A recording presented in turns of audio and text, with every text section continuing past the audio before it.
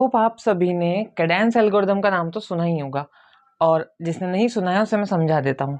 Cadence algorithm use क्यों होती है। मान लो कि आपके पास ऐसा एक एरे दिया है और उस एरे के अंदर आपको क्या करना है, आपको फाइंड करना है मैक्सिमम सम ऑफ सब एरे। ठीक है, एक ऐसा सब एरे फाइंड करना है। सब एरे क्या होता है पता है ना, कि इसी एरे में से निकाले हुए कॉन्टिन्यूअस पार्ट को अपन सब एरे कहते हैं। ठीक है, उसका हमें जिसका मैक्सिमम सम आए ऐसा सब एरे फाइंड करना है। ठीक है, चलो अब क्या होता है, अगर हम इसे बेसिक अप्रोच से या अपनी जो नॉर्मल अप्रोच होती है उससे जाएंगे तो क्या होगा कि आपकी time complexity big of n square या फिर बिग ऑफ एन क्यूब तक जा सकती है।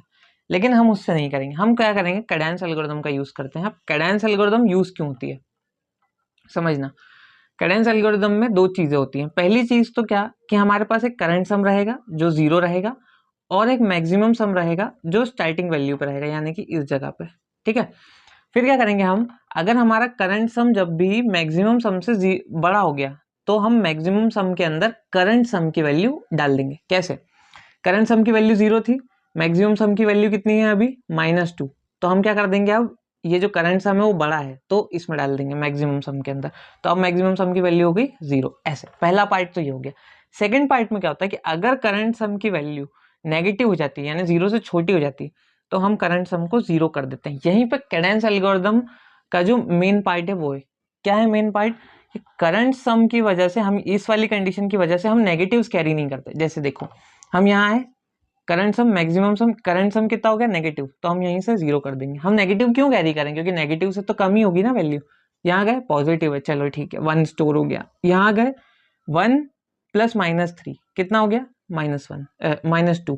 ठीक है, फिर माइनस हो गया, यहाँ पे हमने फिर से 0 कर दिया। फिर आगे गए 0 + 4 4, फिर -1 3, फिर +2 5, फिर +1 6। तो ऐसे करके हम यहाँ इतनी विंडो तक तो हम हमेशा बढ़ेंगे ही सही, पर यहाँ से हम -5 कैरी करेंगे तो हमारा जो आंसर आएगा ना वो ये आएगा 4 3 4, यहाँ से 4 -1 और 2 1। ठीक है, ये हमारा मैक्सिमम सम का सब एरे, क्योंकि इसका सम आएगा 6। आप इसको ड्राई रन करके देख लीजिएगा, भले यही आने वाला है। तो कैडेंस एल्गोरिथम क्या करती है, आई होप आपको समझ आया होगा। मिलते हैं ऐसी और